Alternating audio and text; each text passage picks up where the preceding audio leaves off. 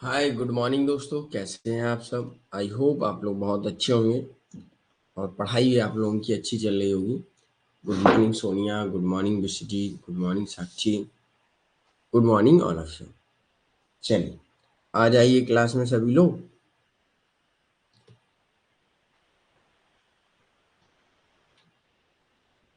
और एक बार comment box में हाय हेलो लिख देंगे, जिससे कि आपकी अटेंडेंस मार्क हो जाएगी।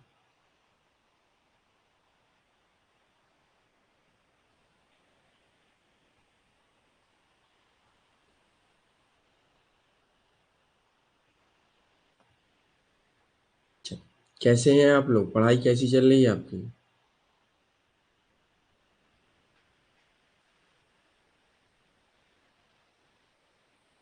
गुड मॉर्निंग साबा हुसैन। साबा हुसैन, आप बहुत दिन बाद आई हैं क्लास में, है ना।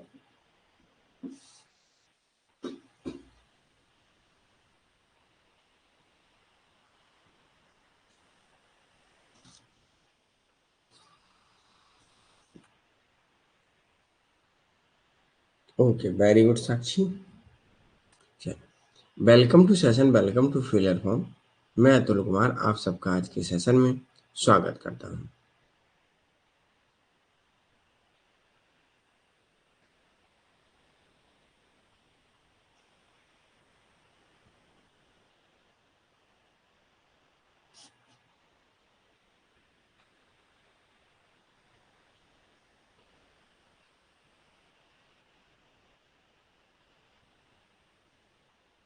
चलिए स्टार्ट करते हैं आज के सेशन को। जो भी स्टूडेंट है वो आते जाएंगे सभी लोग। गुड मॉर्निंग करिश्मा।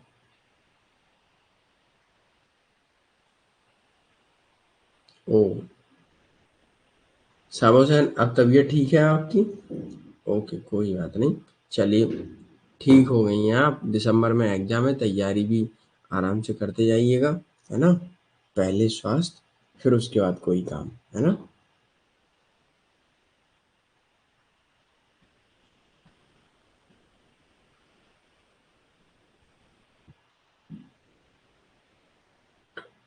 जैसा कि आप लोग, good morning Radhe Radhe Guddu.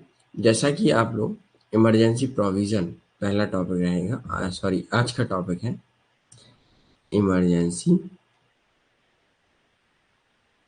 Provision, आपातकालीन प्रावधान।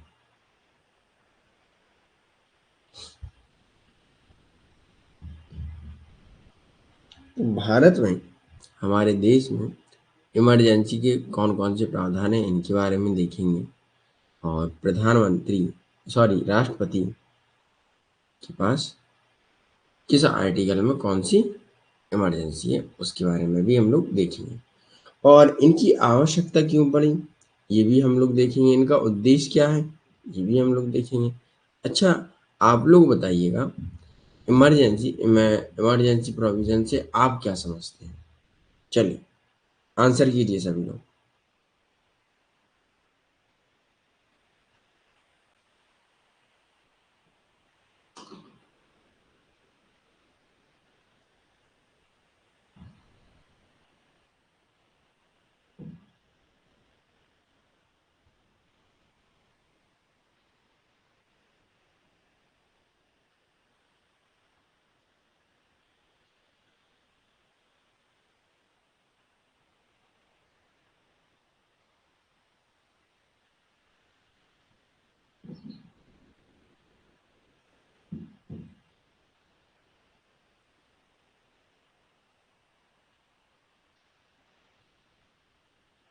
Okay, very good Sakshi. Vishwajeet, इस समय human right, Vishwajeet human right नहीं होता है, वो फंडामेंटल राइट होते हैं। ओके, गुड मॉर्निंग पूजा।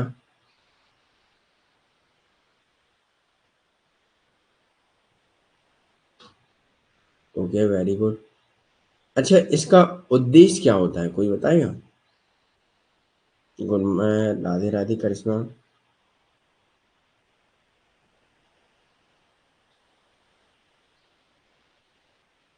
ऐसा क्या कारण हुआ कि हमारे देश में, हमारे देश के संविधान में इमरजेंसी प्रोविजन को जोड़ा गया? सबसे पहले तो यही बात आपको पता होनी चाहिए कि ऐसा क्या कारण था, क्या उद्देश्य था कि इसे जोड़ने का।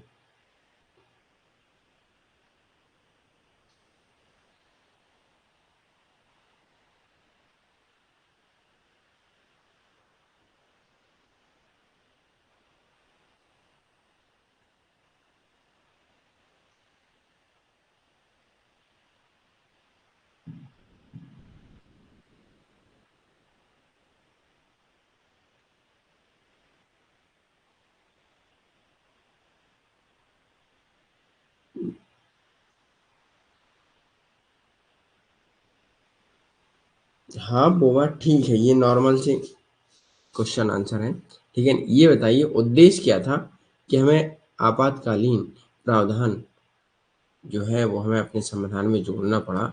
जो संविधान निर्माता हैं उन्होंने ये टॉपिक ऐड किया। पता है किसी को कि नहीं है? गुड्डू, करिश्मा, साबा हुसैन।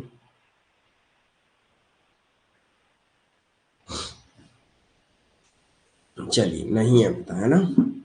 पहले कहानी के रूप में हम लोग इसे समझेंगे। ओके, उसके बाद आगे बढ़ेंगे। चलिए, संविधान के भाग 18 में इमरजेंसी प्रोविजन का प्रावधान किया गया। इमरजेंसी प्रावधान किया गया, जो आपातकालीन प्रावधान है उसका उल्लेख किया गया। भाग किसमें? पार्ट 18, आर्टिकल 352 से 360 तक। ओके, अब उद्देश्य इसका क्या है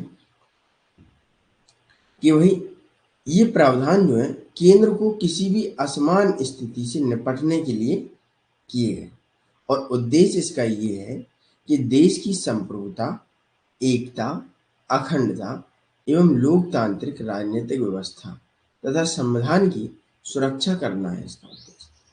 कैसे है भाई? कभी भी देश में, जैसे मान लीजिएगा, अब लोगों के बीच ही किसी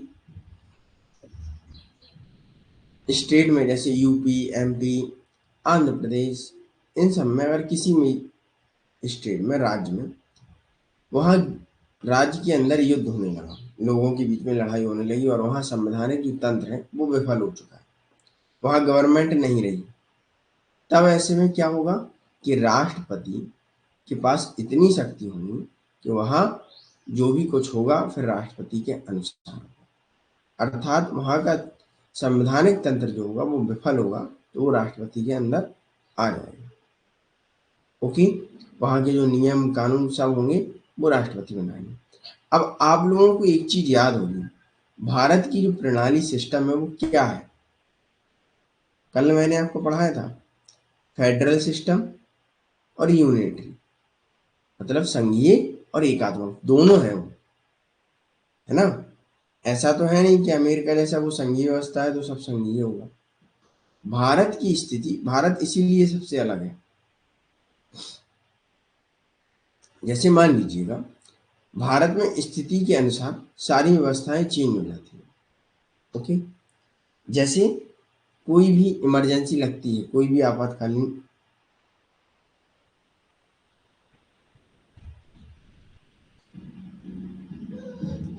कोई भी आपातकालीन प्रावधान होता है तो उसमें क्या होता है जैसे पहले संघीय व्यवस्था है तो उसे एकात्मक व्यवस्था में परिवर्तित कर दिया जाता है कि केंद्र ही सबको वो करेगा, इंस्ट्रक्शन देगा। ठीक है, कि हर राज्य में फिर केंद्र के अनुसार चलेंगे, जो नियम कानून होंगे फिर केंद्र ही बनाएगा, सब कुछ वही करेगा। ओके, ये चीज समझ में आई। इसीलिए अंबेडकर ने बहुत इसकी वो की है कि भाई, अंबेडकर ने कहा है कि अमेरिका सहित सभी संघीय व्यवस्थाएं संघवाद की कड़े स्वरूप में है, लेकिन भारत ऐसा नहीं है। भारत का संविधान समय एवं परिस्थिति के अनुसार, according to time and situation, वो कैसा हो जाता है, यूनिटरी एंड फेडरल, दोनों प्रकार का हो सकता है। ओके, यहां तक चीजें क्लियर है आपको? एक बार थम्स अप दीजिए, उसके बाद हम लोग आगे बढ़ेंगे।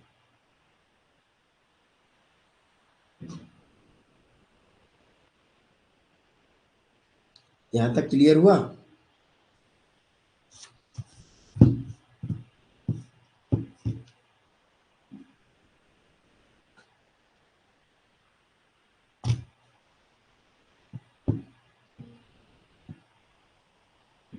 ओके, अब संघीय और एकात्मक व्यवस्था में कैसे चेंज होते हैं, तो इसके लिए कोई भी औपचारिक संशोधन नहीं किया जाता। ओके, ये चीज याद रखिए। और आपातकालीन जब घोषित हो, इमरजेंसी जब घोषित होती है, तब ये भी नहीं होता है चेंज, कोई औपचारिक फॉर्मल नहीं होता है चेंजेस, कि अब राज्य के जो भी नियम कानून होंगे वो केंद्र देखेगा। तो ऐसा कुछ औपचारिक रूप में, फॉर्मल रूप में चेंजेस नहीं होते, ये अनौपचारिक रूप से हो जाते हैं कि अगर इमरजेंसी होगी तो सीधा केंद्र आपके ऊपर अप्लाई करेगा सारे नियम कानून।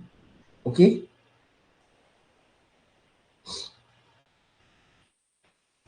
अब हम लोग आगे बढ़ते हैं। टाइप ऑफ इमरजेंसीज, एक नेशनल इमरजेंसी होती है ना, स्टेट इमरजेंसी होती है, फाइनेंशियल। ये चीज भी याद रखिएगा कि युद्ध एवं बाह्य आक्रमण एवं सशस्त्र विद्रोह जो होता है वो आर्टिकल 52 के अनुसार होता है, due to war, external aggression and arm रेविलेंस। ये सारी चीजें, मतलब एक बाहरी आक्रमण या सशस्त्र विद्रोह के कारण जो राष्ट्रीय आपातकाल घोषित होता है वो आर्टिकल 352 के अनुसार, इसे हम राष्ट्रीय आपातकाल कहते हैं, नेशनल इमरजेंसी। ओके, अगला आता है स्टेट इमरजेंसी। इसे कहा जाता है राज्य में संवैधानिक तंत्र अर्थात कॉन्स्टिट्यूशनल मशीनरी का फेल होना, राज्यों में संवैधानिक तंत्र की विफलता। यस, वेरी गुड साक्षी। ठीक है, तो ये आर्टिकल 356 के अनुसार होता है। इसमें स्टेट इमरजेंसी को दो अन्य नामों से भी और जाना जाता है। एक तो होता है राज्य आपातकाल और एक होता है संवैधानिक असफलता।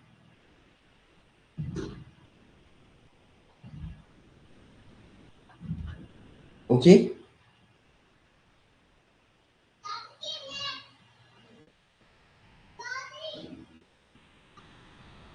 ब्लैक बॉक्स में ये वाला, ये वाला, ये है टाइप ऑफ इमरजेंसी।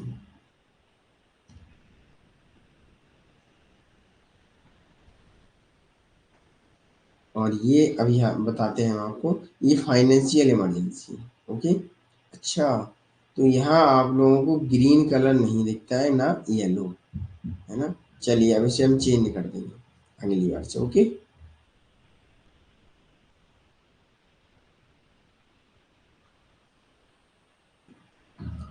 अब संवैधानिक तंत्र की विफलता जो स्टेट इमरजेंसी है,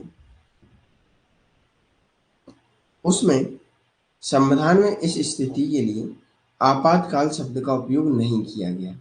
जब स्टेट में इमरजेंसी लगती है तो इसे आपातकाल शब्द नहीं कहा, आपातकाल से इंडिकेट नहीं किया गया, बल्कि राज्य आपातकाल कहा गया है और संवैधानिक आपातकाल। लेकिन संविधान में आपातकाल शब्द यूज नहीं किया है। ओके, संवैधानिक तंत्र की विफलता यूज किया है। ओके, यस ऑप्शन वित्तीय आपातकाल, आर्टिकल 360। ओके, अब हम लोग आते हैं फाइनेंशियल इमरजेंसी, उसे हम लोग थोड़ा देख, ये है फाइनेंशियल, ये वाला है। ओके,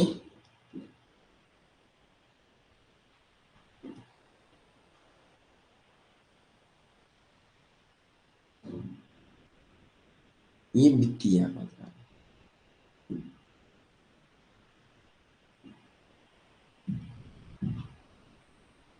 ये आर्टिकल 360 के अंतर्गत आता है। इसमें क्या होता है कि भारत की वित्तीय स्वायत्तता जो स्थायित्व होता है या साख के खतरे के कारण अधिरोपित किया जाता है। जब भारत में कभी भी वित्तीय आपातकाल अर्थात आर्थिक संकट आ जाता है, उसे हम लोग वित्तीय आपातकाल कहते हैं। और इसमें स्टेट क्या करता है, राज्य के जो सरकारी कर्मचारी होते हैं उनकी वेतन भी कम कर देता है, थोड़ा कट कर लेता है उसमें से, और उच्च न्यायालय के जज एवं न्यायाधीशों के जो सैलरी होती है उसमें से भी थोड़ा बहुत कट करने लगता है। ओके, जिससे कि सारी भरपाई की जा सके। ओके, अब यहाँ तक आपको चीजें क्लियर हो गई होंगी। ओके, क्यों लाए और कौन कौन से प्रावधान हैं, इमरजेंसी कितने टाइप की होती है, ये चीजें क्लियर हो गई। अब हम लोग थोड़ा इंट्रोडक्शन फिर से देखते हैं कि भाई इसका उद्देश्य क्या है, क्यों लाए हैं। भाग 18 आर्टिकल 352 से 360 तक, और उद्देश्य क्या है, संविधान में इन प्रावधानों को शामिल करने का उद्देश्य संप्रभुता, एकता, अखंडता की सुरक्षा की जा सके। ओके, आपातकाल के दौरान केंद्र सरकार सर्वशक्तिशाली हो जाती है, राज्य केंद्र सरकार के पूर्ण नियंत्रण में चले जाते हैं। यह औपचारिक संशोधन के बिना संघीय एवं एकात्मक में परिवर्तित करता है, और इस प्रकार परिवर्तन भारतीय संविधान के लिए अद्वितीय है। ओके, राष्ट्रीय आपातकाल, राष्ट्रपति शासन और वित्तीय आपातकाल। आर्टिकल 356 में आपातकाल शब्द का यूज नहीं किया गया है, राष्ट्रपति शासन कहा गया है। ओके, अनुच्छेद 52 आर्टिकल 352 के अनुसार राष्ट्रपति राष्ट्रीय आपातकाल की घोषणा कर सकता है जब भारत या उसके एक हिस्से में सुरक्षा को युद्ध या बाहरी आक्रमण या सशस्त्र विद्रोह खतरा हो, तब बाहरी आपातकाल घोषित किया जाता है। ओके, इमरजेंसी लगाई जाती है। यहाँ तक क्लियर। अगला है इंटरनल इमरजेंसी, जिसे आंतरिक आपातकाल कहा जाता है, जो सशस्त्र विद्रोह होता है। ओके, जिसमें युद्ध या बाहरी आक्रमण या सशस्त्र विद्रोह की वास्तविक घटना से पहले राष्ट्रपति राष्ट्रीय आपातकाल की घोषणा कर सकते हैं यदि वह संतुष्ट न हो।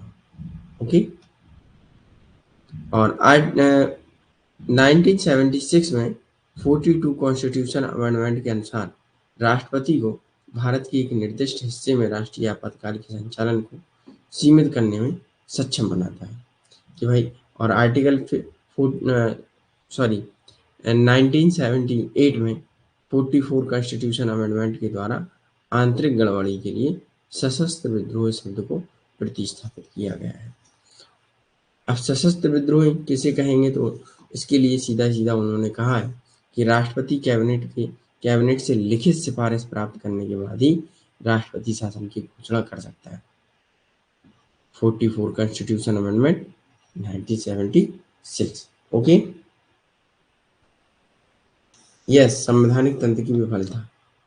इससे पहले सशस्त्र विद्रोह कहा जाता था। ओके, तो सशस्त्र विद्रोह क्या होगा, कैसे होगा, ये तो पता ही नहीं चलता था ना, क्योंकि इंदिरा गांधी के टाइम भी कई बार इसका मिसयूज भी किया गया है, इस आर्टिकल का, जो भी इमरजेंसी लगाई है। तो इसीलिए उन्होंने ये चेंजेस हुए थे कि भाई अब क्या होगा, ये संसद द्वारा लिखित दिया जाएगा, ये नहीं कि प्रधानमंत्री अपने अनुसार लगाता रहे। प्रधानमंत्री चाहे जब कह दे राष्ट्रपति से, और वो लगा दें, है ना, तो ऐसा नहीं होगा। ओके, इसको राष्ट्रपति शासन इसलिए बोलते हैं क्योंकि संवैधानिक तंत्र की विफलता हो जाती है, ठीक है। और आपातकाल का यूज नहीं किया गया है हमारे संविधान में। सब जो शब्द आपातकाल है 356 में आपातकाल का यूज नहीं किया गया है। ओके, अब आप कह रहे हैं राष्ट्रपति शासन क्यों कहा जाएगा, क्योंकि जब संवैधानिक तंत्र विफल हो जाए तो राष्ट्रपति ही शासन करेगा। ओके, उन्हीं के अनुसार सारे नियम कानून बनाए जाएंगे उस राज्य के लिए। अब आता है संसदीय स्वीकृति एवं अवधि कैसे होती है, तो इसके बारे में हम लोग देखेंगे। यहाँ तक सबको समझ में आया?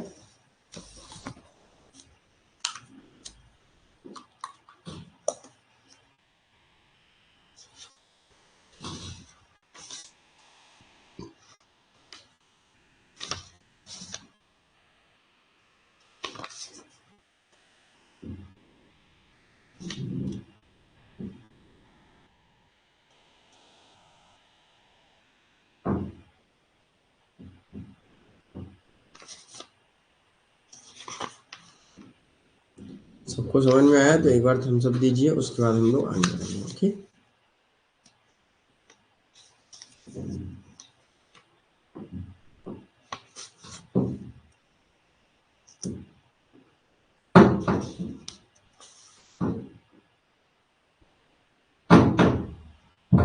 यस, आर्टिकल 356 बताया तो है।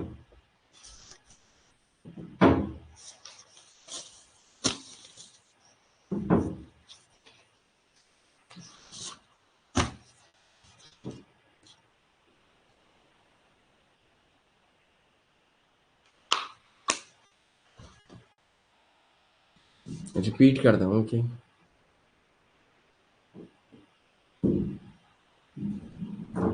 ये राष्ट्रपति शासन के बारे में बात करता है। कब करता है? जब किसी राज्य में संवैधानिक तंत्र की विफलता अर्थात वहां की गवर्नमेंट में थोड़ी हलचल मचने लगे। जैसे कि अभी क्या है, यूपी में योगी जी की सरकार है, बीजेपी है।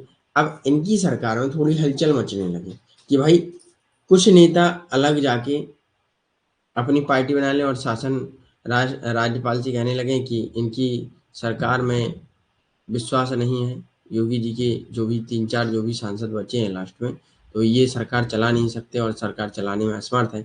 इसलिए हम आपको विश्वास दिलाते हैं कि हम चलाएंगे सरकार, है ना। कभी कभी जब राज्यों में एक पार्टी के अंदर बंटवारा होता है तब ये संवैधानिक विफलता होती है कि अब कौन चलाएगा यहाँ की सरकार। ओके, तब ऐसी स्थिति में जब तक ये सॉर्ट आउट नहीं हो जाती सारी चीजें, तब तक राष्ट्रपति शासन रहता है। तब वहां के लिए जो भी नियम कानून होंगे वो राष्ट्रपति के अनुसार बनाए जाएंगे, अर्थात केंद्र से बनाए जाएंगे। ओके, यस, इंदिरा गांधी के टाइम से नहीं आया है। इंदिरा गांधी ने इस आर्टिकल 356 के अनुसार इसके बहुत मिसयूज किए थे राष्ट्रपति शासन लगाने में। ओके, तो अब आपको याद करना है हमारे देश में कितनी बार राष्ट्रपति शासन लगा और कितनी बार राष्ट्रीय आपातकाल लगा और कितनी बार वित्तीय आपातकाल लगा। ठीक है, अच्छा, फाइनेंशियल इमरजेंसी हमारे देश में कितनी बार लगी बताइए, बताइए।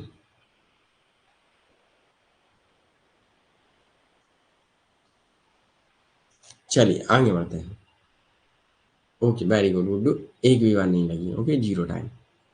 संसदीय स्वीकृति एवं अवधि के बारे में देखेंगे अब हम लोग। आपातकाल की उद्घोषणा को इसके जारी होने की तिथि से 1 महीने के भीतर संसद के दोनों सदनों द्वारा अनुमोदित किया जाना चाहिए। जैसे ही आपातकाल की घोषणा की जाती है तो संसद में 1 महीने के भीतर दोनों सदनों में अनुमोदित किया जाना चाहिए। यदि संसद के दोनों सदनों द्वारा अनुमोदित किया जाता है तो आपातकाल 6 महीने तक जारी रहता है। कब तक? 6 महीने तक। और हर 6 महीने में संसद अनुमोदन को अनिश्चित काल तक बढ़ा सकती है। मतलब पहली बार जो आपातकाल लगेगा, इमरजेंसी लगेगी, वो 6 मंथ के लिए लगेगी। ओके, 6 मंथ के बाद डिसाइड नहीं है कि कब तक चले, तो उसके लिए 6-6 महीने बढ़ता जाएगा और इसका कोई काल निश्चित नहीं है, टाइम पीरियड कोई निश्चित नहीं है, इसलिए ये 6-6 महीने करके अनिश्चित काल तक भी बढ़ाई जाती है।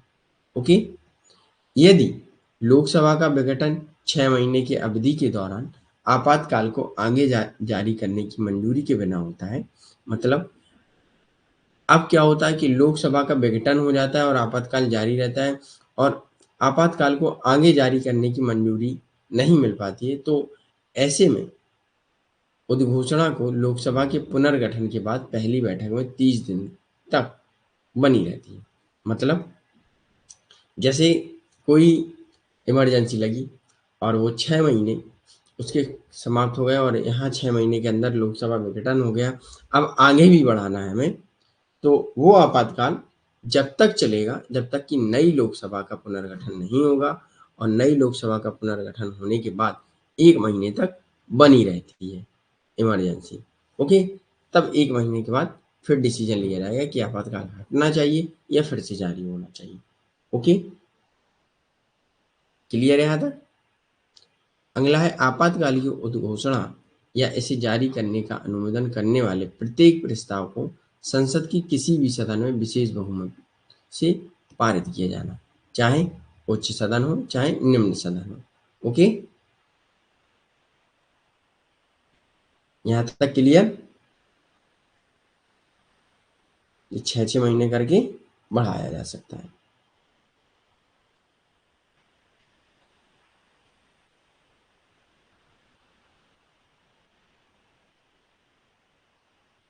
Okay, very. अब आता है आपातकाल का निरसन अर्थात रिवोकेशन ऑफ इमरजेंसी। आपातकाल की उद्घोषणा राष्ट्रपति द्वारा किसी भी समय की उद्घोषणा द्वारा रद्द की जा सकती है। अर्थात राष्ट्रपति को जब भी एहसास हो जाए कि भाई अब कोई आवश्यकता नहीं है, तो उसे रद्द किया जा सकता है किसी भी समय। ऐसा नहीं है कि भाई 6 महीने के लिए लगाया गया, बीच में समाप्ति हो जाए तब भी जारी है, तो ऐसा नहीं है। हो सकता है 1 ही महीने चले, हो सकता है 2-3 साल चले, है ना?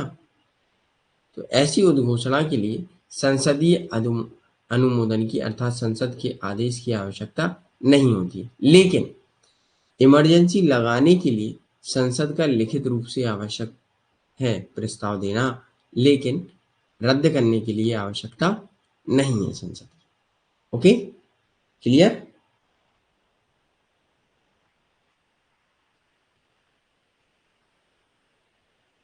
इसके अलावा राष्ट्रपति को एक उद्घोषणा को रद्द करना चाहिए यदि लोकसभा एक साधारण बहुमत से एक प्रस्ताव पारित करती है, तो इसकी निरंतरता को अस्वीकार करती है।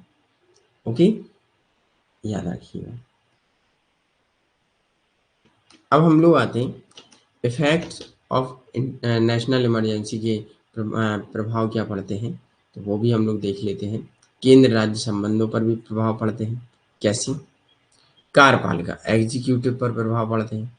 केंद्र किसी भी मामले पर राज्य को कार्यकारी निर्देश देने को हकदार हो जाता है। जब किसी राज्य में संवैधानिक विफलता होती है और कभी-कभी राष्ट्रीय आपातकाल लगता है, जब बाहरी आक्रमण होते हैं, तो उसके लिए क्या करता है, केंद्र राज्य की कार्यपालिका को, कार्यकारी को निर्देश देने का हकदार हो जाता है कि अब निर्देश देगा और उसके अनुसार काम करेगा। ओके, लगाते समय नहीं, लगाएंगे तो लिखित रूप से कहेंगे कि भाई राष्ट्रपति शासन या संवैधानिक विफलता है, तो आप हमें राष्ट्रपति शासन की हम मांग करते हैं और राष्ट्रपति शासन लगाइएगा। ओके, आपने कभी केस सुना होगा कि कई राज्यों में संवैधानिक तंत्र विफल होता है, तब अपोजिशन पार्टी लेके जाती है कि यहाँ संवैधानिक तंत्र की विफलता है, राष्ट्रपति शासन होना चाहिए, है ना? केंद्र शासन करे कुछ समय के लिए, जब नई पार्टी का गठन होगा तब कुछ और होगा, है ना? तो केंद्र राज्य संबंधों पर प्रभाव कार्यपालिका को निर्देश देते हैं एवं ये राज्य की सरकारें हैं वो केंद्र के पूर्ण नियंत्रण में आ जाती है। ओके, और हालांकि उन्हें निलंबित नहीं किया जाता है, जो राज्य सरकारों को केंद्र के पूर्ण नियंत्रण में तो लाया जाता है, लेकिन उन्हें निलंबित नहीं किया जाता है कि जैसे सरकारी तंत्र की विफलता हो गई है, ठीक है, बस केंद्र क्या करेगा, अब जो पहले राज्य खुद के नियम खुद बनाता था और जैसे राज्य चलता था, अब क्या होगा, अब केंद्र के अनुसार चलेगा। कब तक चलेगा, जब तक कि किसी और पार्टी का गठन ना हो जाए। ओके,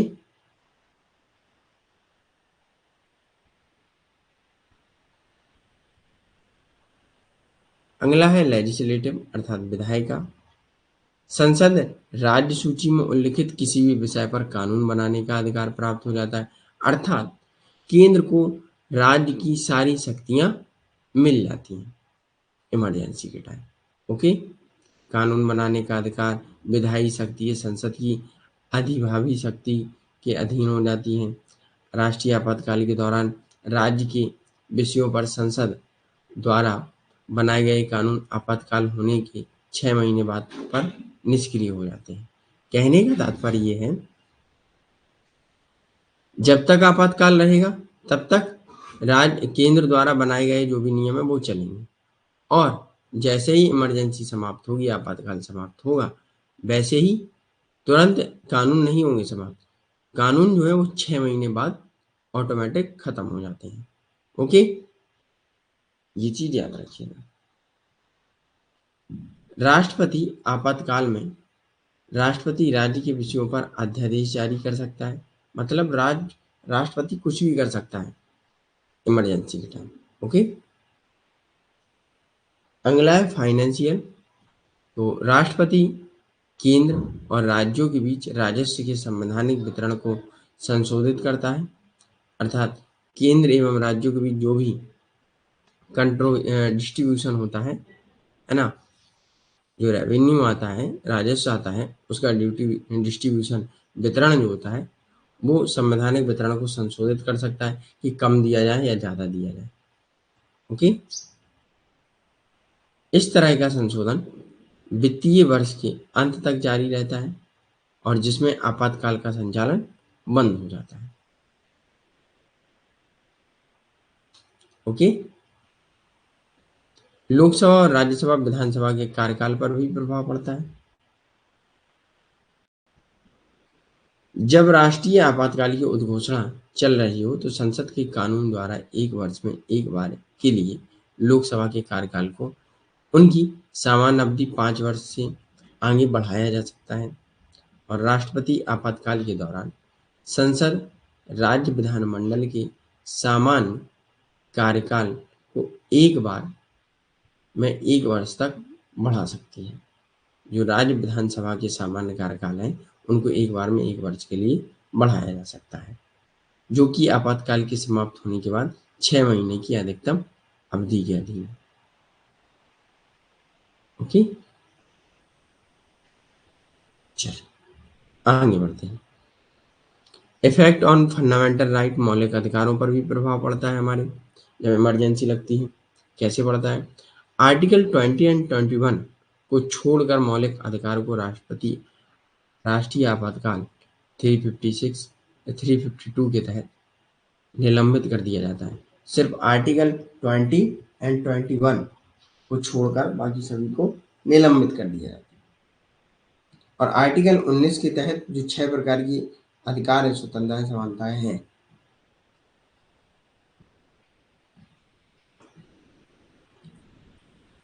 इनको तभी निलंबित किया जा सकता है जब बाहरी आक्रमण हो रहा हो या बाहरी आक्रमण के अनुसार राष्ट्रपति आपातकाल घोषित किया गया हो। ओके, ना कि सशस्त्र विद्रोह के दौरान। तो आर्टिकल 19 जो है, आपके 6 अधिकार दिए हैं स्वतंत्रता से संबंधित। तो इसमें क्या होगा कि राष्ट्रपति आपातकाल के दौरान, मतलब बाहरी युद्ध होगा, तब इनको निलंबित किया जा सकता है। वैसे संवैधानिक तंत्र की विफलता होगी तब नहीं किया जा सकता है। ओके, अर्थात सशस्त्र विद्रोह, है ना।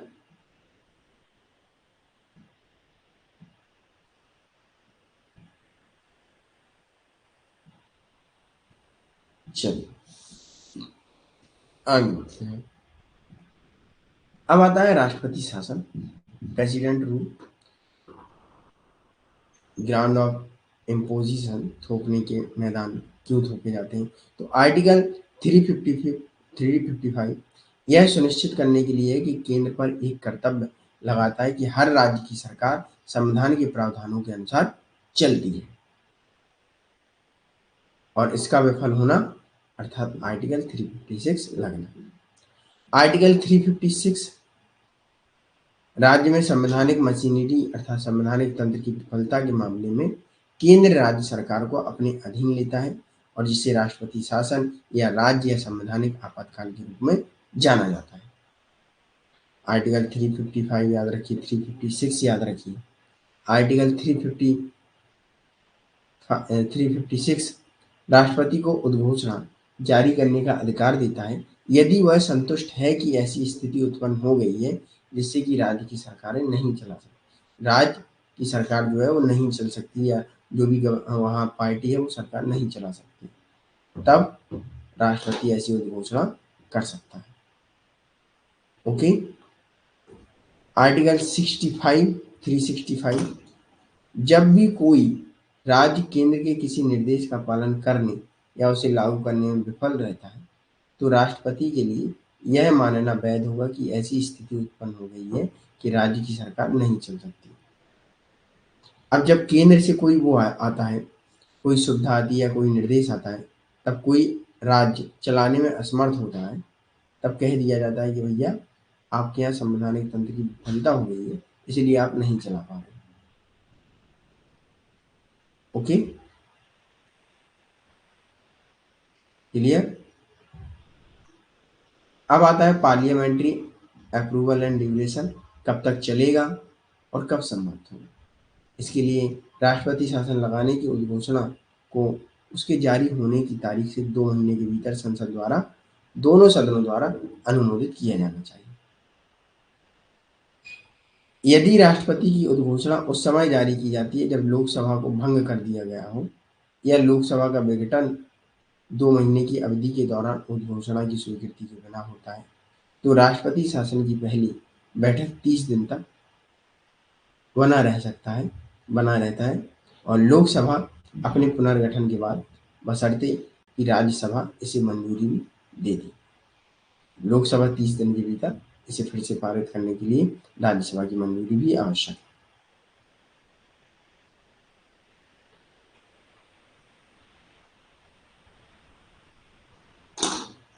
यहाँ तक क्लियर है सभी को?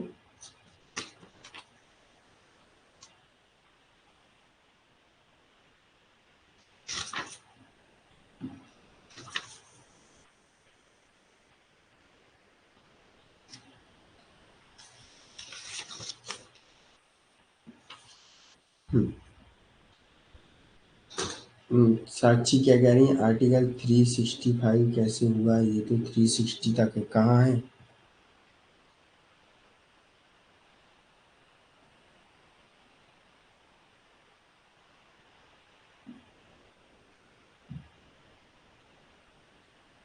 ये 365 ही है। ओके, याद रखिएगा।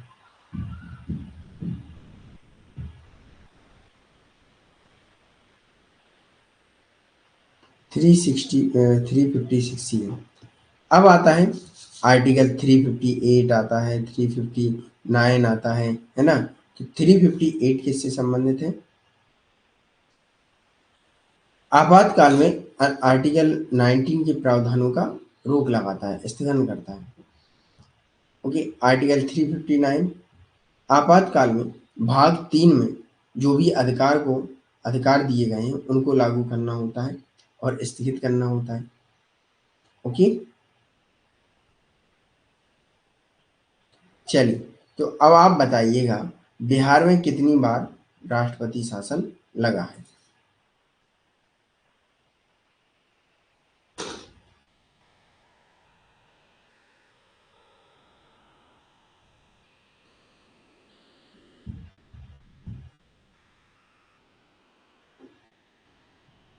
बिहार में 8 बार लगा है, 8 बार लगा है 1968, 1969, 72, 77, 80, 95, 99 और 2005। ओके गुड्डू 8 बार।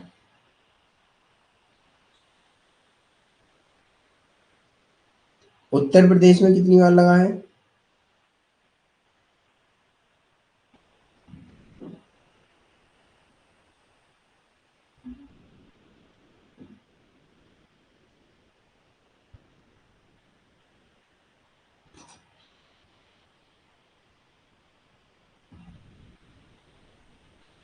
बताइए उत्तर प्रदेश में कितनी बार लगा है? उत्तर प्रदेश में 9 बार लगा है।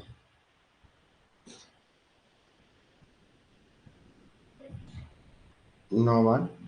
1968, 70, 73, 75, 77, 80, 92, 95 एंड 2002।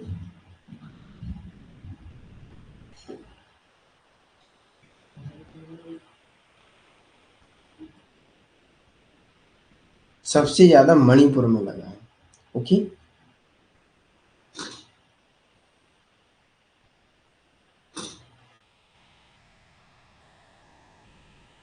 मणिपुर में लगा है 10 बार।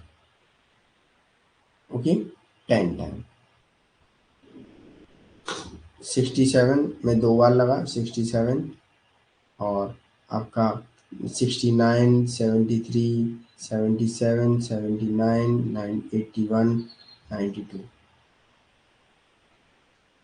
हाँ मणिपुर में देखिए चलता ही रहता है, ठीक है, वहाँ का बहुत बड़ा मुद्दा है, कभी चर्चा करेंगे उसके बारे में। ओके तो यहाँ तक चीजें आपको क्लियर हुई?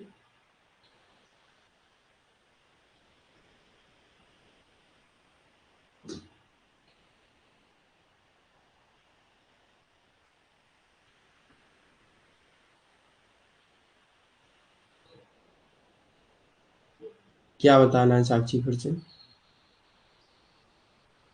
मणिपुर में 10 बार लगा है, नोट कर लीजिए। 1967, फिर से 1967, 1969, 1973, 1977, 1979, 1981, 1992।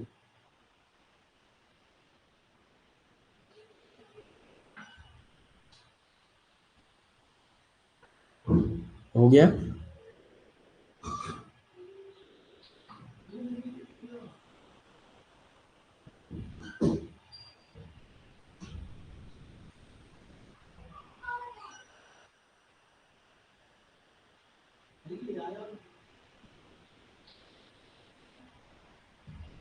ओके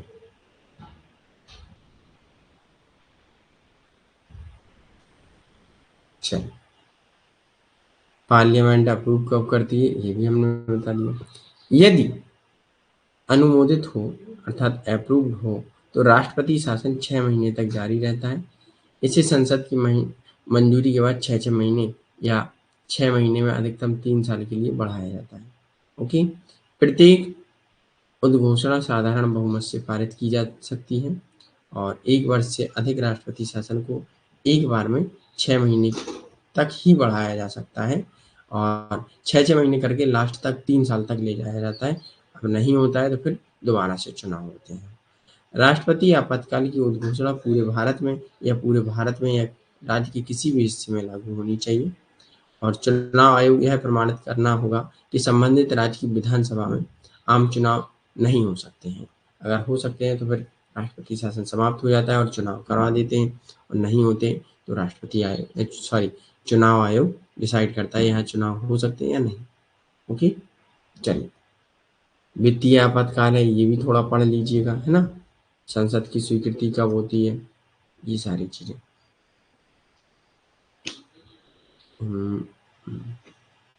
आर्टिकल 360 राष्ट्रपति वित्तीय आपातकाल की घोषणा करने का अधिकार देता है। वह संतुष्ट है कि ऐसी स्थिति उत्पन्न हो गई है जिसके कारण वित्तीय स्थिरता या भारत या उसके किसी भी क्षेत्र की साख को खतरा है। वित्तीय आपातकाल की घोषणा करने वाली अधिघोषणा को इसके जारी होने की तारीख से 2 महीने के भीतर संसद के दोनों सदनों द्वारा अनुमोदित किया जाना चाहिए।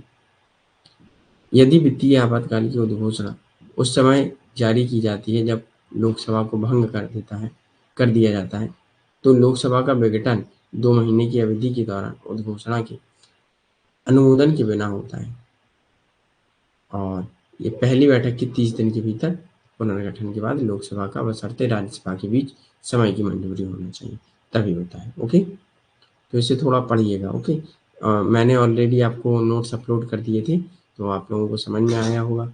और इफेक्ट कब कैसे पढ़ते हैं, जब फाइनेंशियल इमरजेंसी लगती है तो केंद्र के कार्यकारी अधिकार का विस्तार हो जाता है। वित्तीय औचित्य के ऐसे नियम का पालन करने के लिए किसी भी राज्य को निर्देश देना या निर्देशों के लिए जैसा कि राष्ट्रपति आवश्यक हो, है ना, और उद्देश्यों के लिए पर्याप्त समझ। राज्य में सेवा करने वाले सभी और किसी वर्ग के व्यक्तियों के वेतन एवं भत्तों में कमी कर दी जाती है। राज्य की विधायिका द्वारा पारित किए जाने वाले राष्ट्रपति के विचार कि सभी धन विधेयकों या अन्य वित्तीय विधेयकों का आरक्षण किया जाता है। राष्ट्रपति के वेतन एवं भत्तों में भी कटौती की जाती है। संघ सेवा में सभी कर्मचारियों या किसी भी वर्ग के कर्मचारियों की वेतन में कटौती की जाती है। सर्वोच्च न्यायालय एवं उच्च न्यायालय के न्यायाधीशों की वेतन में कटौती की जाती है। ओके, यहाँ तक चीजें क्लियर है? बताइए।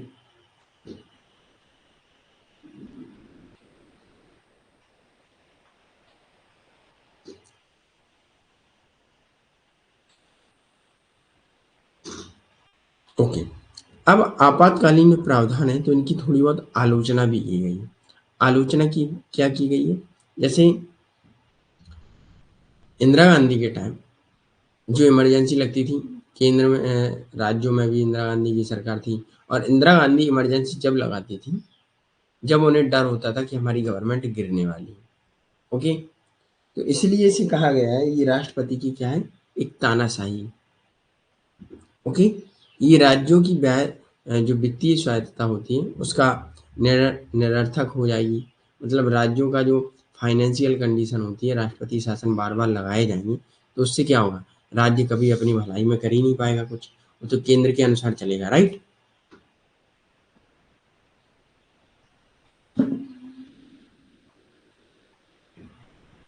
आया समझ में? तो आलोचना भी होती है कि राष्ट्रपति तानाशाही हो जाता है।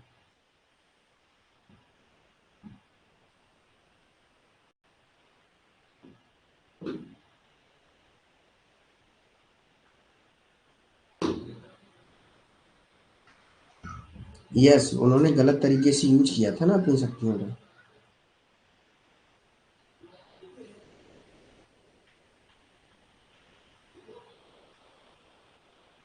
यूपी में टोटल 9 बार हुआ है।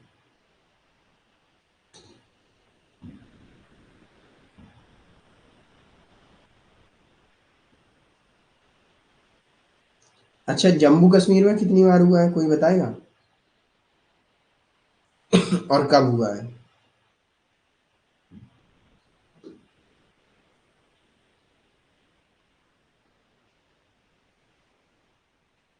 यस, बिहार में 8 बार हुआ है, और जम्मू एंड कश्मीर में 1 बार हुआ है। और कब हुआ है ये बताइए? अभी हुआ था, ये तो पता ही होगा आपको। बकाया डेट में तो ये मान लें कि आपका जन्म ही नहीं हुआ था। 2009 में हुआ, 2019 में हुआ था।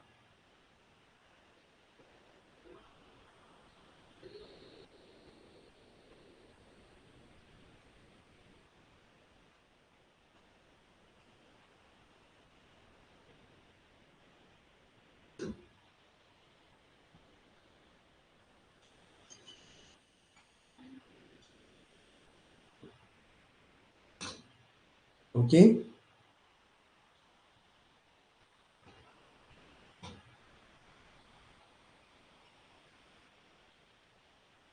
यस, 370 के टाइम।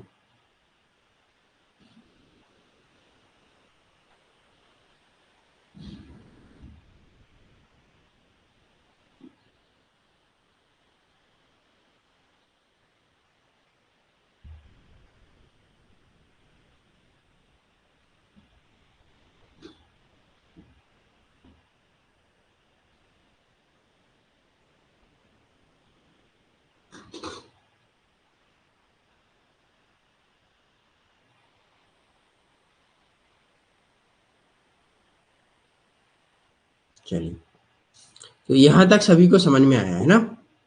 अब हम लोग आगे बढ़ते हैं। इसको थोड़ा हाइड करेंगे और दूसरी टैब जो होगा, दूसरा हमारा टॉपिक होगा वो स्टेट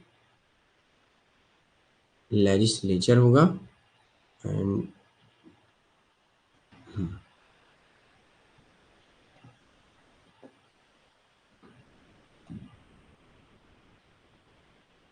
अब हमारा ये टॉपिक है स्टेट लेजिस्लेचर, अर्थात राज्य विधायिका के बारे में हम लोग यहाँ चर्चा करेंगे। ओके,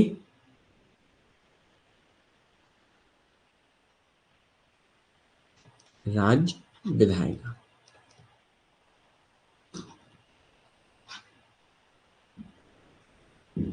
कल वाला क्या कंफ्यूजन है बताइए गुड्डू।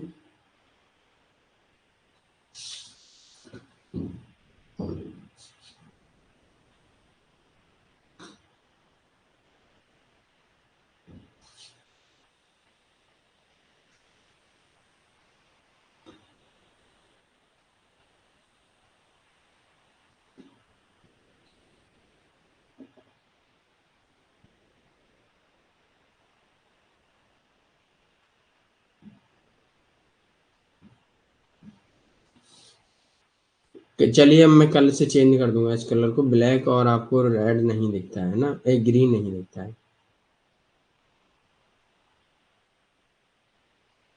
अच्छा, कल वाले विषय में।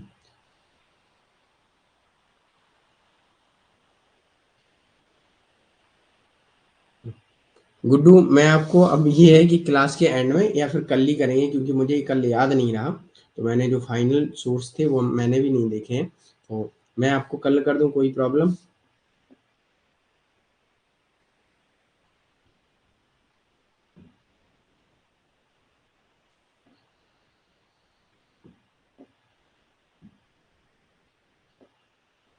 ओके। अब हम लोग आते हैं राज्य विधायिका के पास। तो भाग 6 आर्टिकल 168 से 212 तक राज्य विधानमंडल के संगठन, रचना, अवधि, अधिकारियों एवं प्रक्रियाओं के बारे में बताया गया है, एवं उनके जो भी विशेष अधिकार हैं, शक्तियां हैं, उनके बारे में बताया गया है। राज्य विधानमंडलों के संगठन में एक रूपता नहीं है। हर राज्य में अलग अलग विधानमंडल होते हैं, और किसी में होते हैं, किसी में नहीं होते हैं। अधिकांश राज्यों में एक सदनीय प्रणाली है, जबकि अन्य में द्विसदनात्मक प्रणाली है। ओके, तो वो राज्यों के ऊपर डिपेंड है।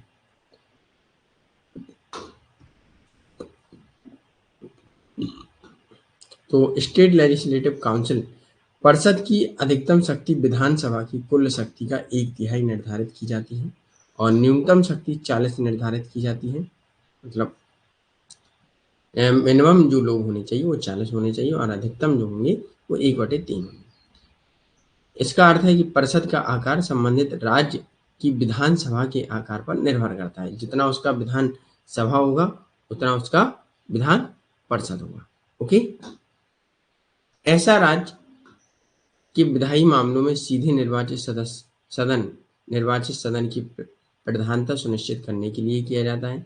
सदस्यों का चुनाव होता है वो अप्रत्यक्ष रूप से होता है, और राज्य विधान परिषद की अवधि राज्यसभा की तरह एवं विधान परिषद का एक सतत कक्ष अर्थात स्थायी निकाय होता है। विघटन के अधीन नहीं है। इनके 1/3 सदस्य प्रत्येक दूसरे वर्ष की समाप्ति पर सेवानिवृत्त होते हैं। जैसे केंद्र में राज्यसभा होता है, वैसे ही राज्य में राज्य विधान परिषद होता है। ओके, समझ में आया? देखिए गुड्डू, क्या है, कई कई राज्य इतने बड़े होते हैं तो वहां आवश्यकता पड़ती है ना, और जो छोटे छोटे हैं वहां आवश्यकता नहीं पड़ती है। ओके, तो इतना समझ लीजिएगा, जो राज्य में जो राज्य विधान परिषद होते हैं वो किसके समकक्ष होते हैं? राज्यसभा के, जो केंद्र में राज्यसभा है। ओके, चलिए आगे बढ़ते हैं। स्टेट लेजिस्लेटिव असेंबली क्या है, उसके बारे में हम लोग थोड़ा चर्चा करेंगे।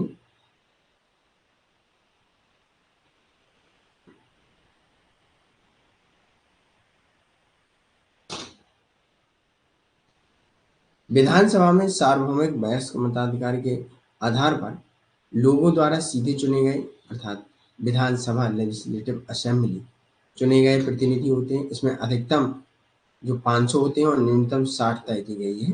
और इस प्रकार राज्य की जनसंख्या के आधार पर भी डिपेंड करता है कि जिनकी ताकत 60 से 500 तक भिन्न होती है। ओके,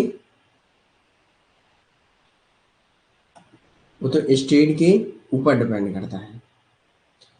अरुणाचल, सिक्किम, गोवा के मामले में न्यूनतम संख्या 30 निर्धारित है और मिजोरम और नागालैंड में 40 और 46 है। ओके, ये पूछे जा सकते हैं। और विधानसभा में समुदाय का पर्याप्त प्रतिनिधित्व नहीं है।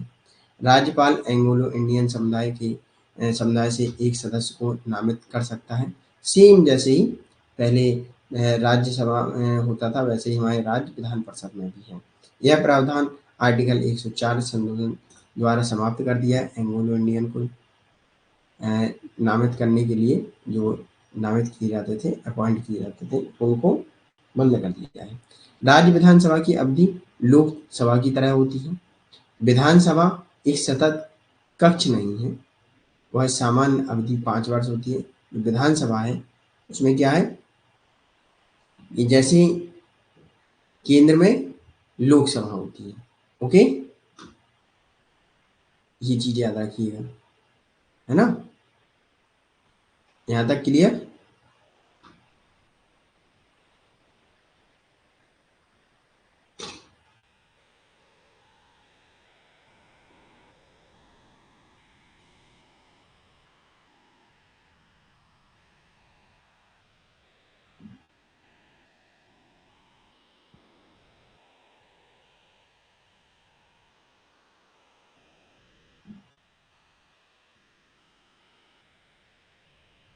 देखिए, अगर आप वो केंद्र में एक लोकसभा होती है और एक राज्यसभा होती है। कई राज्यों में विधान सभा होती है, तो विधानसभा लोकसभा के अकॉर्डिंग होते हैं। राज्य में राज्य विधान सभा और एक होता है राज्य विधान परिषद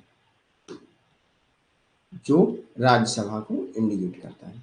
ओके, ऐसे राज्यों में होता है। ये चीज आपको याद रखनी है। अब क्या होता है, राज्यसभा जो एक राज्य में जो केंद्र में होती है राज्यसभा और लोकसभा केंद्र में होती है। राज्य में विधानसभा होती है और विधान परिषद होता है। ओके, विधान परिषद सेम किस जैसा होता है, केंद्र में राज्यसभा जैसा। इनके सदस्यों का अप्रत्यक्ष इनडायरेक्टली रूप से चुनाव होता है और इनका प्रत्यक्ष रूप से होता है चुनाव, जिसे जनता चुनती है ना? और राज्य विधानमंडल विधान परिषद में अप्रत्यक्ष रूप से चुनाव होता है। ओके, क्लियर कर इस वक्त? बस इतना याद रखिएगा और कुछ नहीं करना है आपको यार। अब आती है राज्य विधान परिषद में राज्य विधानसभा में कितने सदस्य होंगे, तो वो जनसंख्या पर आधारित है। न्यूनतम कितने होंगे और अधिकतम कितने होंगे, कितने लोग प्रतिनिधित्व करेंगे। Okay, clear? देखिए, राज्य विधानसभा की अवधि लोकसभा की तरह अर्थात विधानसभा एक सतत कक्ष नहीं है। जैसे ही राज्य में राज्य विधानसभा और वैसे ही केंद्र में लोकसभा, ये दोनों सतत कक्ष नहीं है अर्थात कभी भी भंग हो सकते हैं और इनकी जो अवधि है वो 5 वर्ष है। ओके, किसमें? राज्य विधान परिषद में। इसमें कई सदस्य ऐसे हैं जो अप्रत्यक्ष रूप से चुन लिए जाते हैं, जिन्हें अपने साहित्य में, विज्ञान में, खेल में अच्छी जानकारी हो, कानूनों की ज्ञाता हो, तो इनको चुना जाता है। ओके, ताकि जो राज्य के लिए अच्छे से कानून नियम बना सके। ओके, गुड्डू?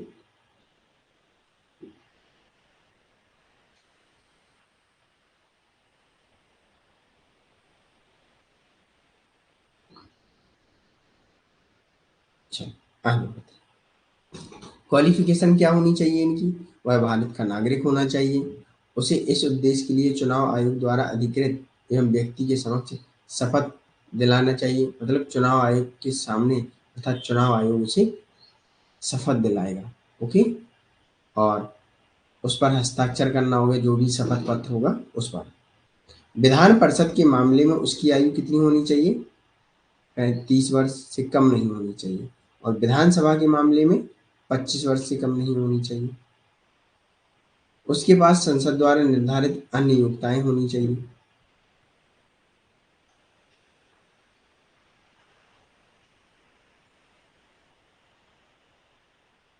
यस, कुछ विधानमंडल के होते, कुछ लोगों को अपॉइंट किया जाता है।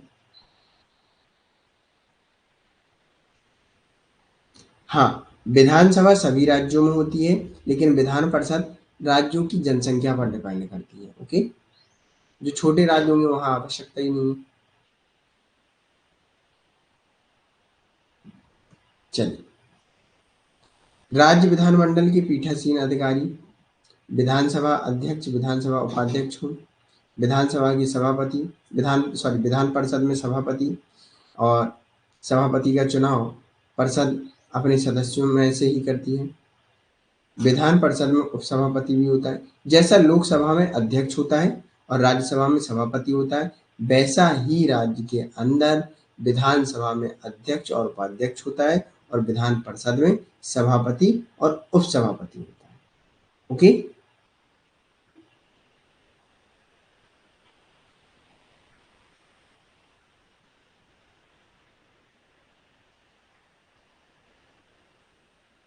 चलिए आगे बढ़ते हैं। सेशन ऑफ स्टेट लेजिस्लेचर, अर्थात ये जैसे केंद्र में राज्य और लोकसभा विधान सभा लोकसभा और राज्यसभा जो काम करती है, सेम राज्य में भी विधानसभा में भी ये काम होते हैं। तो समन अर्थात राज्यपाल समय समय पर प्रत्येक सदन की बैठक बुलाने के लिए बुलाता है। सेम जैसे राष्ट्रपति काम करता है, वैसे ही यहाँ राज्यपाल काम करता है। विधानमंडल के दो सत्रों के बीच अधिकतम अंतराल 6 वर्ष का होना चाहिए, अधिक नहीं हो 6 महीने का होना चाहिए, अधिक नहीं होना चाहिए। स्थगन एवं अनिश्चित काल के लिए स्थगन जारी करता है, अर्थात सदन का सत्रवान स्टार्ट एवं विघटन ही राज्यपाल द्वारा किया जाता है। ओके, ये चीज याद रखिएगा। लेजिस्लेटिव प्रोसेस क्या है? Bill, type of bill, ordinary bill, विधेयकों के प्रकार, साधारण बिल, जो किसी भी सदन में पेश किया जा सकता है। यदि राज्य विधानमंडल द्विसदनीय है तो दोनों में से किसी में भी पेश कर दीजिएगा, नहीं है तो फिर एक में ही होगा। ओके, धन विधेयक आर्टिकल 199, इसे सबसे पहले विधानसभा में पेश किया जाता है। फिर आता है वित्तीय विधेयक आर्टिकल 207, दोनों सदनों द्वारा विधेयक पारित होने के बाद इसे राज्यपाल के पास उनकी सहमति के लिए भेजा जाता है। यदि दोनों सदनों के बीच गतिरोध उत्पन्न होता है तो संयुक्त बैठक का प्रावधान नहीं होता है। ओके, ये चीज याद रखिएगा।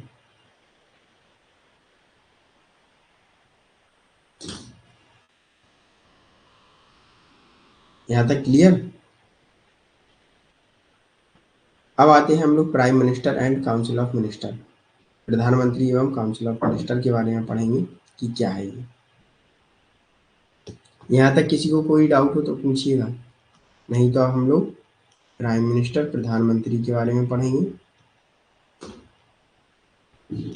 And councils of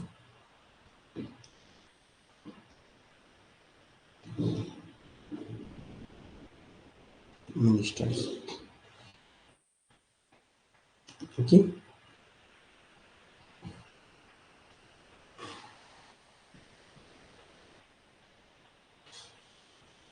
yes yes Karishma, 3 महीने के बाद कुछ सदस्य चेंज हो जाते हैं।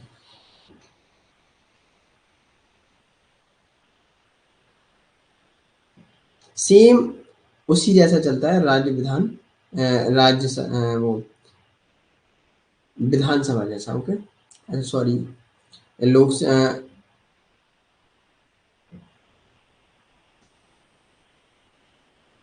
लोकसभा एंड राज्यसभा, राज्यसभा द्वारा चलता है। ओके, राज्यसभा द्वारा जैसा चलता है।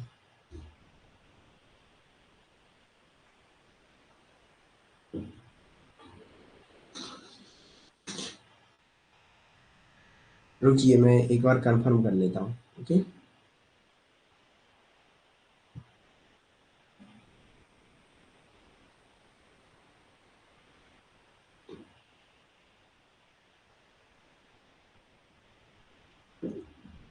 हाँ 2 वर्ष बाद है, 3 वर्ष बाद नहीं है। मैंने भी अभी यही पढ़ा था।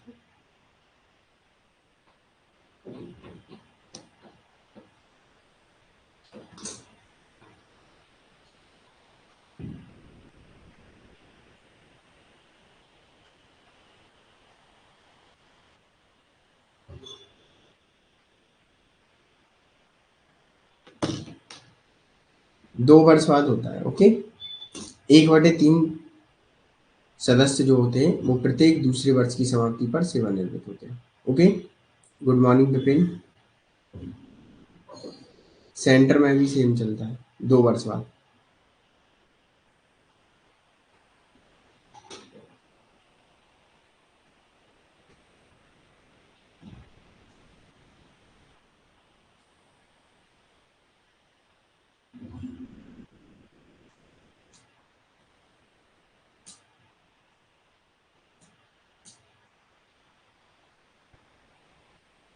क्लियर? चलिए अब आगे बढ़ते हैं।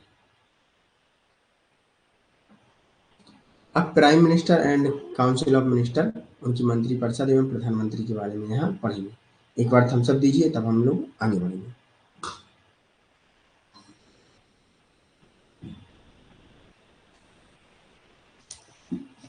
यहाँ तक हो गया?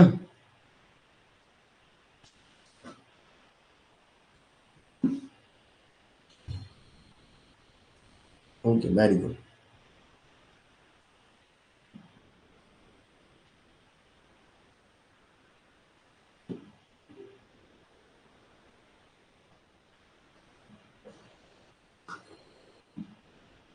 अच्छा, प्रधानमंत्री को आप लोग कैसे समझते हैं? चलिए बताइए।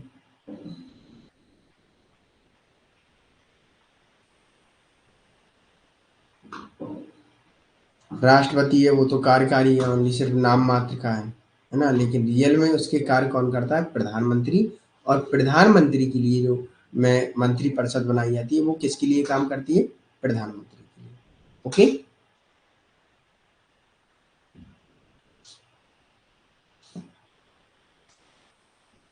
कभी कभी आप लोग भी कंफ्यूज कर देते हैं। चलिए, प्रधानमंत्री आर्टिकल 75 अर्थात डी फैक्टो कार्यकारी होता है, डी फैक्टो एग्जीक्यूटिव, जो वास्तविक कार्यकारी होता है। और राष्ट्रपति कैसा होता है? नाम मात्र का। ओके। लेकिन रियल में पावर किसके पास होती है? प्रधानमंत्री के पास। वह भारतीय राज्य का वास्तविक कार्यकारी है, डिफैक्टो एग्जीक्यूटिव होती है उसके पास। वह सरकार का प्रमुख होता है, जबकि राष्ट्रपति राज्य का प्रमुख है। ओके। वह सीधे लोगों द्वारा चुना जाता है। कौन? राष्ट्र प्रधानमंत्री। लेकिन राष्ट्रपति अप्रत्यक्ष रूप से। पीएम मंत्रिपरिषद के प्रमुख हैं, अर्थात यह यदि प्रधानमंत्री इस्तीफा दे देंगे तो क्या होगा? काउंसिल ऑफ मिनिस्टर भी इस्तीफा दे देती है, अर्थात भंग हो जाती है। एक व्यक्ति को संसद के किसी भी सदन का सदस्य नहीं है, एक व्यक्ति जो संसद के किसी भी सदन का सदस्य नहीं है, उसे प्रधानमंत्री या मंत्री के रूप में नियुक्त किया जा सकता है। हालांकि ऐसी स्थिति में केवल 6 महीने तक लागू होती है, जिसके बाद उसे सांसद या फिर मान लीजिएगा किसी सदन में उसे ज्वाइन करना होगा। Okay. Yes yes, very good साक्षी।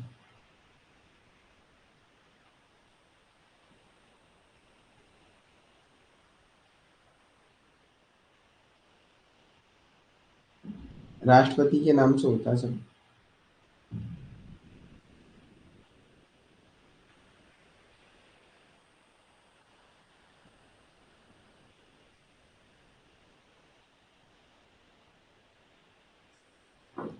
चलिए याद रखिए। अब आते हैं function of PM, prime minister अर्थात प्रधानमंत्री के कुछ कार्य देख लेते हैं। सदस्यों को राष्ट्रपति के लिए मंत्रिपरिषद के रूप में नियुक्त करने की सिफारिश करता है। जो मंत्रिपरिषद के सदस्य हैं वो राष्ट्रपति के लिए नियुक्त किए जाते हैं और उनकी सिफारिश करता है प्रधानमंत्री, राष्ट्रपति से सिफारिश करता है। कि भाई इनको मंत्री बनाइए। मंत्रियों के बीच विभागों मंत्रालयों का आवंटन एवं फेरबदल कर सकता है, मतलब किस मंत्री को किस सदस्य को कौन सा मंत्रालय या विभाग दिया जाना चाहिए वो डिसाइड करता है। किसी भी मंत्री को इस्तीफा देने के लिए कह सकता है प्रधानमंत्री, और राष्ट्रपति को ऐसा करने के लिए सलाह भी दे सकता है कि ये मंत्री काम खराब कर रहा है, इसे इस्तीफा या इसे हटा दीजिएगा। ओके।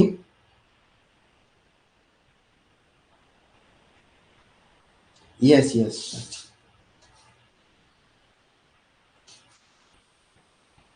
74 73 में हम लोग वो पढ़ेंगे ग्राम पंचायत वाला। Okay, Panchayati Raj. 74 and 73।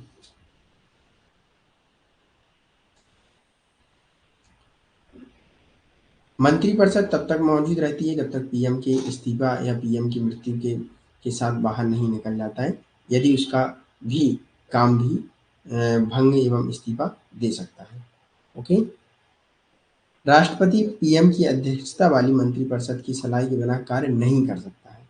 Article 42 एवं 44 कॉन्स्टिट्यूशन अमेंडमेंट 1976 एवं 1978 के तहत जो राष्ट्रपति होगा वो प्रधानमंत्री की ही सलाह पर काम करेगा, उसके अलावा नहीं कर सकता है।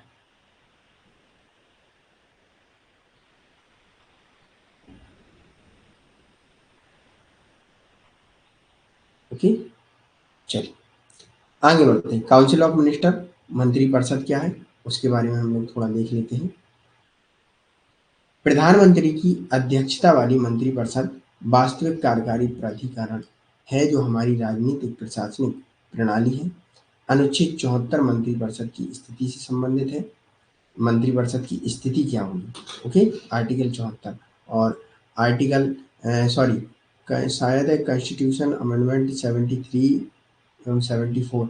ये आर्टिकल 74 मंत्रिपरिषद की स्थिति से संबंधित है, और वहाँ भी आर्टिकल शायद 72 या 73 होगा। वो मैं एक बार आपको क्लियर कर दूंगा क्योंकि मैं भी अब कंफ्यूज हो चुका हूँ यहाँ, क्योंकि आप लोग 73 74 कर रहे हैं। ठीक है, तो यहाँ 74 जो है मंत्रिपरिषद की स्थिति से संबंधित है, और 75 जो है वो मंत्रियों की नियुक्ति एवं कार्यकारी एवं जिम्मेदारी, योग्यता, शपथ, वेतन एवं भत्तों से संबंधित है। ओके।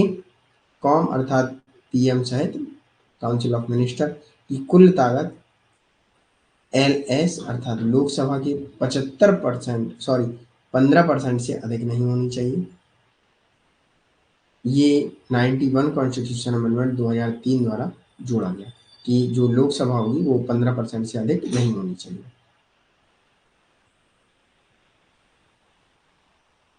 जो प्रधानमंत्री की काउंसिल ऑफ मिनिस्टर होगी वो लोकसभा के 15% से अधिक नहीं होनी चाहिए।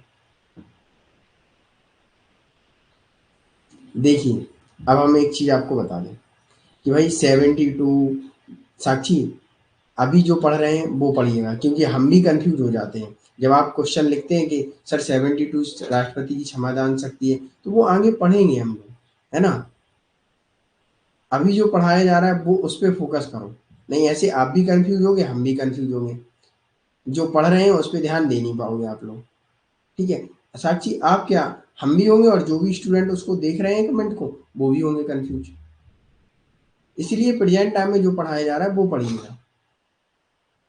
अब यहाँ आप राष्ट्रपति की बात कर रहे हैं, हम लोग पढ़ रहे हैं प्रधानमंत्री,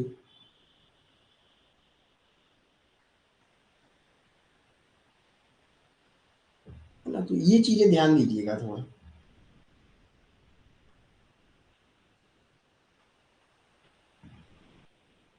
72 में मैंने क्या बोला था बताइए?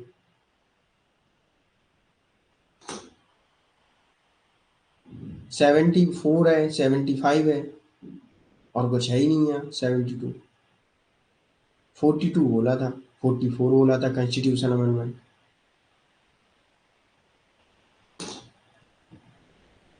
ठीक है, तो काउंसिल ऑफ मिनिस्टर। ओके,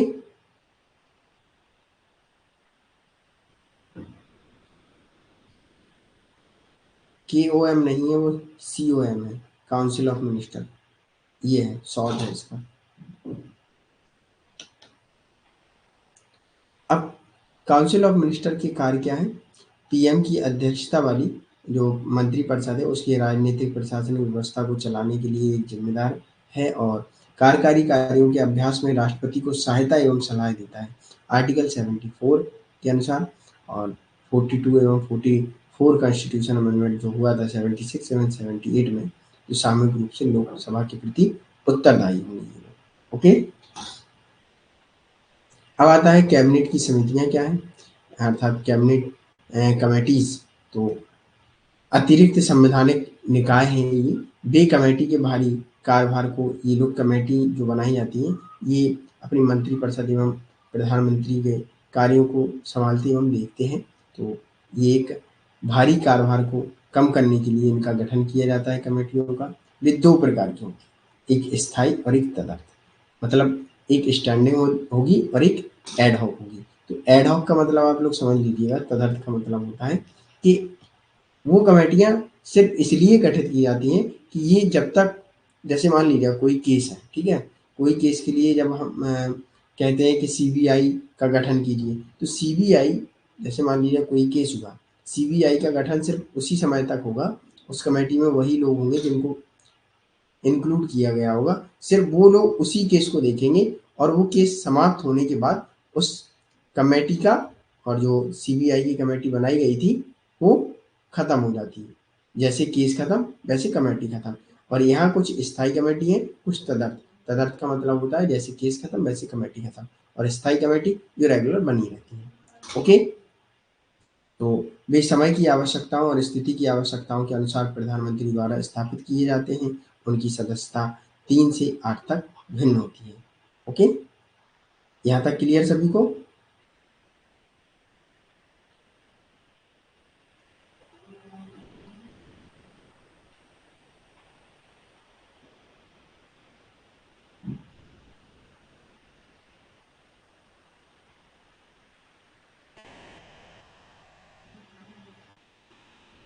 यहाँ तक क्लियर हो गया?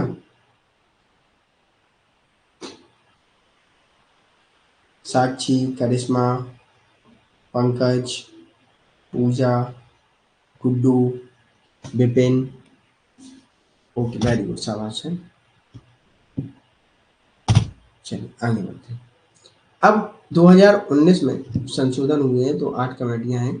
मंत्रिमंडल की नियुक्ति कमेटी, आवास एवं कैबिनेट कमेटी, आवास पर कैबिनेट कमेटी, आर्थिक मामलों में कैबिनेट कमेटी, संसदीय मामले, राजनीतिक मामले, केंद्रीय मंत्रिमंडल की सुरक्षा संबंधी, निवेश एवं विकास, रोजगार एवं विकास, इन सबसे संबंधित ये कमेटियां हैं जिनको 2019 में संशोधित किया गया है।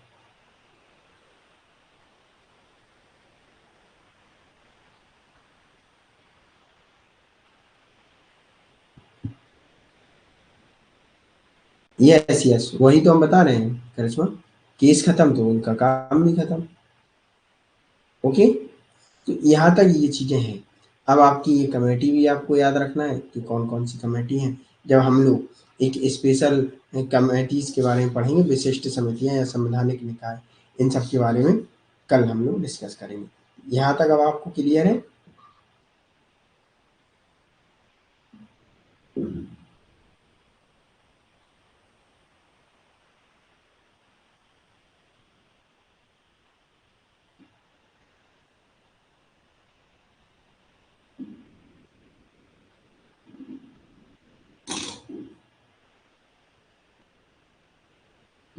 नोट क्या, मैंने तो नोट्स अपलोड कर ही दिए है ना, उन्हें भी देख लीजिएगा, है ना। अब आपको नोट करना है तो नोट भी कर सकते हैं। और फॉर्म आ गया है, किस किसने फिल किया है अभी? किसी ने किया है फिल कि नहीं किया है?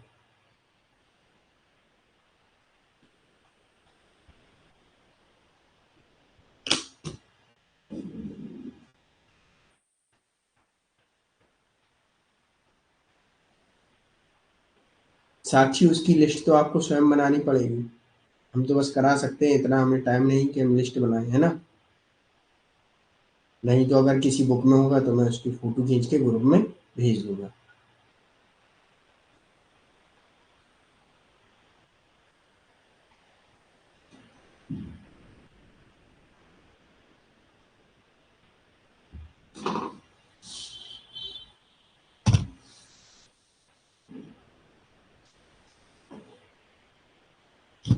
आर्टिकल का लिस्ट गुड्डू, चलिए वो भी देखते हैं, हम भेज देंगे। देखिए, सारे आर्टिकल ध्यान नहीं देना है, ठीक है? आप उस पे टाइम वेस्ट करेंगे, इसलिए सब कुछ पढ़िएगा, थोड़ा-थोड़ा पढ़िएगा, एक ही पूरा मत पढ़िएगा, ओके? लेकिन आप कह रहे हैं भेज दीजिएगा तो मैं भेज दूँगा, ओके? मैं ये भी भेज दूँगा कि भाई केंद्र किन राज्यों में कितने बार वो लगा है राष्ट्रपति शासन, किस-किस डेट में, तो वो भी हम भेज देंगे, ओके?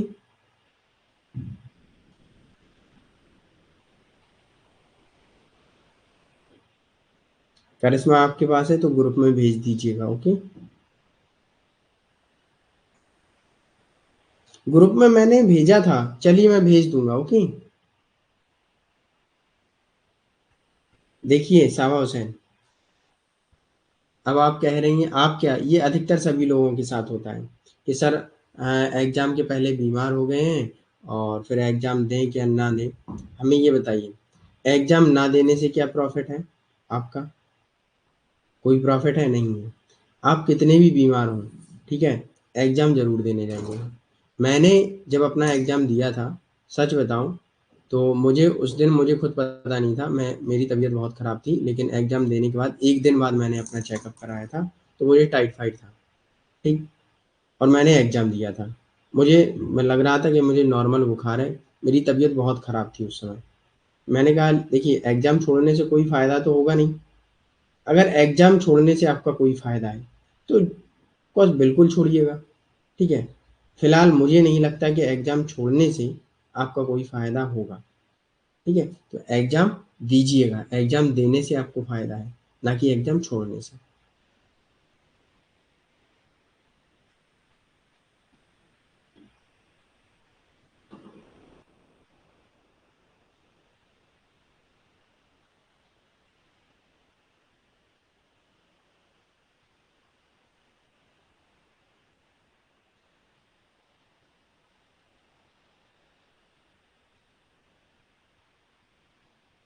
ठीक है? तो याद रखिएगा, एग्ज़ाम दीजिएगा, कभी भी मत छोड़िएगा एग्ज़ाम, ओके? क्योंकि जब आप इतनी मेहनत कर रहे हैं और एक क्या होता है कि हम लोगों को जब हम लोग अच्छे काम करने जाते हैं, ठीक है?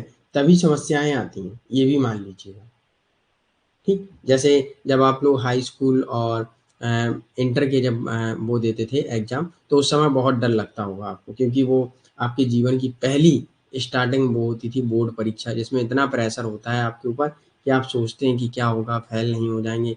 तो सेम वही मानिएगा कि भई जो होगा देखा जाएगा और ये मान के चलिएगा कि हमने इसी बार एग्ज़ाम देना है और इसी बार हमें करना है।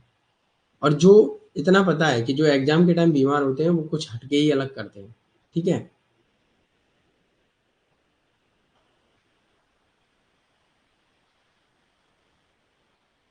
गुड्डू नाइट में बस आज का हमें टाइम दीजिएगा, हो सकता है आज मेरे यहाँ नेट लग जाएगा तो मैं नाइट में भी क्लास लूँगा, ठीक है? क्योंकि इस बार आप लोगों को जेआरएफ मुझे कराना ही कराना है, ठीक? हो सकता है अगर पीवा मेरे पास वो ना हो कि भाई पीपीटी नहीं है तो हम क्वेश्चन आपको टोटल समझा देंगे, ठीक है? कि कैसे-कैसे पूछे जाते हैं, ओके? चलिए, thank you for today session watched and most welcome. मिलते हैं हम लोग कल सुबह फिर से 7 बजे, ओके? Bye, thank you. आज जल्दी जाना होगा, फिलहाल 1.5 घंटे की हम लोगों ने क्लास ली है। हम देखते हैं नेट वाला आ रहा होगा सुबह-सुबह, तो उससे भी हम लोग कनेक्शन करा लेते हैं, दिखा लेते हैं। ओके?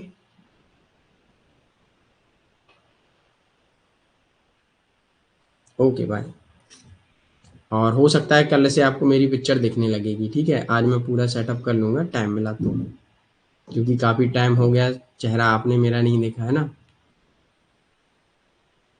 इतना सुंदर भी नहीं है कि आपने ना देखा हो, ठीक है? चलिए, कोई बात नहीं, मज़ाक कर रहा हूँ, थोड़ा बहुत हँस लीजिए सुबह-सुबह।